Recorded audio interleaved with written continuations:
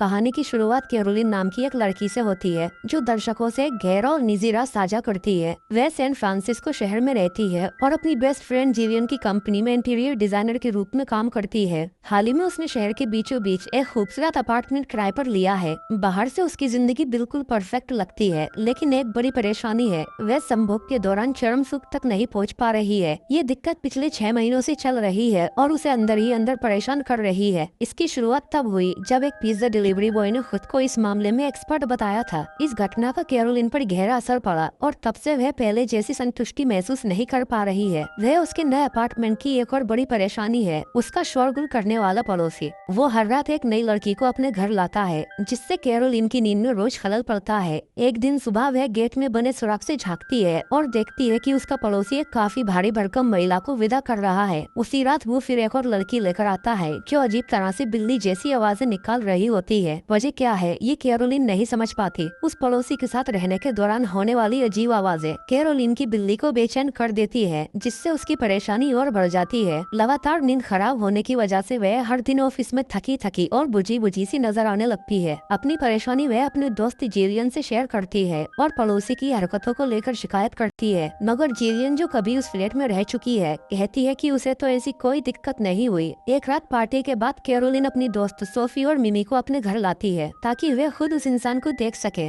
रात के समय पड़ोसी के हंगामे ने फिर से माहौल खराब कर दिया। हमेशा की तरह उसके कमरे से शोर शराबा सुनाई दे रहा था। कैरोलिन मजाकिया लहजे में अपने दोस्तों से कहती है कि वोल बैंगर को कितनी नाइंसाफी से गलत समझा जा रहा है। जब वह बताती है कि किस तरह की अलग अलग आवाजें दीवार के पीछे से आती है, तो उसके दोस्तों को अंदाजा होता है कि वह लड़का एक ही वक्त में 3 लड़कियों के साथ चक्कर चला रहा है। ये सुनकर उसकी दोस्त तो हैरानी में हंस पड़ती है, लेकिन कैरोलिन जो 3 रातों से चैन की नींद नहीं ले पाई, उसके लिए यह सब बिल्कुल भी मजाक नहीं है। यही हालत कई दिनों तक चलते रहते हैं। पड़ोसी के फ्लैट में अलग अलग लड़कियां आती जाती रहती है, जिनमें लिजी नाम की एक लड़की भी शामिल है। कैरोलिन जिसने अब तक उस पड़ोसी की शक्ल तक ठीक से नहीं देखी, उसे मजाक में वॉल बैंगर कहने लगी है और मन ही मन में उससे चिढ़ने लगी है। एक रात ऐसा लगता है कि पड़ोसी अकेला है, तो कैरोलिन को उम्मीद होती है कि शायद आज की रात सुकून भरी होगी। वह आराम से अपना पसंदीदा नाइट गाउन पहनती है और अपनी बिल्ली को कमरे से बाहर जाने देती है, लेकिन जैसे ही वह नींद में डूबने लगती है, दीवार के उस पार फिर से वही परेशान करने वाली आवाजें शुरू हो जाती है। इस बार कैरोलिन का गुस्सा फूट पड़ता है और वह सीधे जाकर अपने पड़ोसी से बात करने का फैसला करती है। पहली बार जब दोनों आमने सामने होते हैं तो कैरोलिन उसे अधनंगे हालत में देखकर हैरान रह जाती है। साइमन न सिर्फ बेहद हैंडसम है, बल्कि अब वो उसके दिमाग से निकल ही नहीं रहा है। लेकिन उसका असली मकसद तो शोर को लेकर शिकायत करना था, न कि उसकी खूबसूरती पर ध्यान देना। वही साइमन बड़े ठंडे अंदाज में जवाब देता है और कहता है कि कैरोलिन को ये हक नहीं है कि वो उसे बताए कि क्या करना है। अगले दिन कैरोलिन अपने दोस्तों से बात करते हुए मानती है कि उसका पड़ोसी साइमन दिखने में काफी चार्मिंग है। फिर एक दिन जिलियन की रखी गई पार्टी में कैरोलिन की साइमन से एक बार फिर मुलाकात हो जाती है। तभी ये राज खुलता है कि साइमन जिलियन के बहुत पुराने और करीबी दोस्तों में से एक है। बातचीत के दौरान कैरोलिन की दोस्तों से एक छोटी सी चूक हो जाती है। वे उसकी मौजूदगी में ही साइमन को वोल बैंगर कह देती है, जो असल में कैरोलिन का दिया हुआ नाम था। दूसरी ओर ये भी सामने आता है कि साइमन कैरोलिन को पिंक नाइट गाउन गर्ल कहकर याद रखता है, क्योंकि पहली बार जब वह उससे भिड़ी थी तब उसने वही ड्रेस पहनी थी। बाद में कैरोलिन और साइमन गार्डन में बातचीत करने लगते हैं। बातों बातों में दोनों के बीच बहस हो जाती है और गुस्से में आकर कैरोलिन उसे एक थप्पड़ जड़ देती है। लेकिन थोड़ी देर बाद दोनों खुद को संभालते हैं और तय करते हैं कि साथ में रहना थोड़ा आसान बनाया जाए। वे कुछ बेसिक नियम तय करते हैं ताकि एक दूसरे की जिंदगी में दखल कम हो। साइमन वादा करता है कि रातों का शोर कम करेगा, जबकि कैरोलिन भी थोड़ी नरमी दिखाने पर राजी हो जाती है। ऐसा लगता है कि अब दोनों थोड़ा थोड़ा समझदारी से एक दूसरे के साथ तालमेल बिठा रहे हैं। इसी दौरान कैरोलिन की दोस्त सोफी और मिमी अपने क्रश को आखिरकार पा लेती है। नील और रेयान अचानक सबका ध्यान खींच लेते हैं और फिर दोनों अपने अपने दोस्तों के साथ पार्टी से बाहर चले जाते हैं। अगली सुबह जिलियन कैरोलिन से कहती है कि उसे साइमन के बारे में गंभीरता से सोचना चाहिए। वह बताती है कि वो साइमन को सालों से जानती है। वो न सिर्फ एक अच्छा इंसान है, बल्कि प्रोफेशन से एक टैलेंटेड फोटोग्राफर भी है।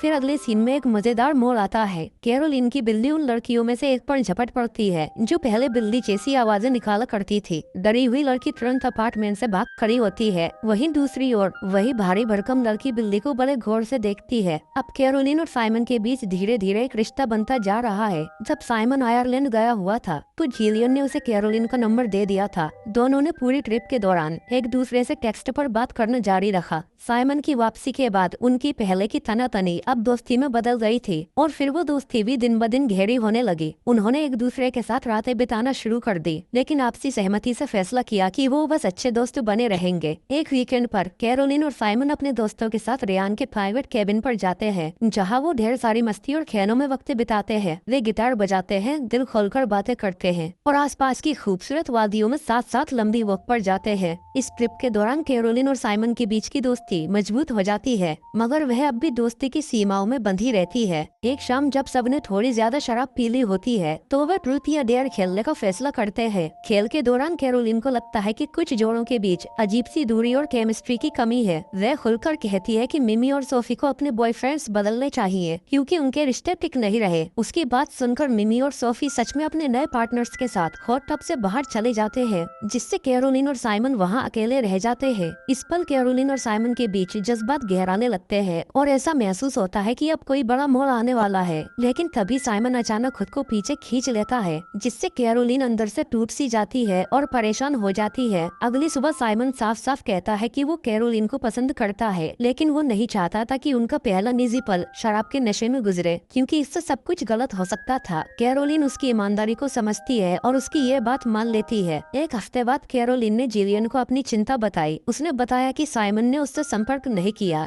जिससे उसे लगने लगा कि शायद अब उसकी दिलचस्पी खत्म हो गई है। जिलियन ने उसे समझाया कि शायद साइमन बस थोड़े वक्त की तलाश में है और उसे समय देना चाहिए। जब कैरोलिन ने हिम्मत करके साइमन को डेट पर चलने के लिए पूछा, तभी उसने गलती से उसे अपनी एक्स गर्लफ्रेंड के साथ बात करते सुन लिया, जिससे उसका मूड बिगड़ गया। उसने साइमन से मिलने का इरादा छोड़ दिया और अपने पुराने बॉयफ्रेंड जिम से मिलने चली गई। दोनों की मुलाकात एक निजी मोड़ लेने लगी, लेकिन तभी जिम से एक बहुत बड़ी चूक हो जाती है। उसी दौरान साइमन उसके दरवाजे पर पहुंचता है। ये साफ नहीं होता कि वो कब आया, लेकिन कैरोलिन उससे मिलते ही अपने जज्बातों का तूफान उसके सामने खोल देती है। वो बताती है कि वो खुद को नजरअंदाज महसूस कर रही है। हाल की डेट बहुत खराब रही और अब वह पूरी स्थिति से थक चुकी है। साइमन उसे समझाने की कोशिश करता है और कहता है कि उसने अपने पुराने सारे रिश्ते खत्म कर दिए हैं, क्योंकि अब वह सिर्फ कैरोलिन के साथ रहना चाहता है। फिर वह उसे स्पेन में होने वाली अपनी फोटोग्राफी ट्रिप पर साथ चलने के लिए कहता है। साइमन और कैरोलिन अपने रिश्ते को धीरे धीरे आगे बढ़ाने का फैसला करते हैं, लेकिन कैरोलिन चाहती है कि शुरुआत बेहद सादगी और नरमी से हो। कुछ वक्त बाद कैरोलिन को लगता है कि ये छोटे छोटे पल अब काफी नहीं है। वो तय करती है कि अब वक्त है अपने रिश्ते को एक नई दिशा देने का। साइमन भी पूरी कोशिश करता है कि सब कुछ परफेक्ट हो। कैरोलिन को लगता है कि आखिरकार वो वही पल जीने जा रही है जिसका इंतजार उसे लंबे वक्त से था, लेकिन तभी कुछ भी वैसा नहीं होता जैसा उसने सोचा था। अपनी निराशा को छुपाने के लिए वो झूठी तारीफ करती है, मानो जैसे सब ठीक हो। अगली सुबह बिना कुछ कहे वो साइमन को बस इतना बताती है कि उसके साथ वक्त बिताना अच्छा लगा, लेकिन अब उसे वापस जाना होगा। कुछ दिन बाद साइमन फिर से कैरोलिन से मिलने आता है और देखता है कि वो किचन में खाना बना रही है। उसके भाव देखकर साइमन समझ जाता है कि पिछली बार उसने सिर्फ झूठा दिखावा किया था। वो उसे समझदारी से सुझाव देता है कि क्यों न इस परेशानी की जड़ तक मिलकर पहुंचा जाए। थोड़ा सोचने के बाद कैरोलिन खुलकर बताती है कि ये सब उस पिज्जा डिलीवरी वाले से शुरू हुआ था और अब वो इस मानसिक थकावट से पूरी तरह टूट चुकी है। साइमन उसे दिल से समझने की कोशिश करता है और आखिरकार दोनों एक दूसरे से अपने प्यार का इजहार करते हैं और साथ मिलकर इस रिश्ते को निभाने का फैसला करते हैं। इस बार सब कुछ वैसा ही होता है जैसा होना चाहिए था, पूरी तरह से परफेक्ट। कैरोलिन को आखिरकार वो एहसास मिल जाता है जिसका वो इतने समय से इंतजार कर रही थी और ये मूवी इसी के साथ यही खत्म हो जाती है। और हमारे चैनल को सब्सक्राइब और वीडियो को लाइक करना न भूलें।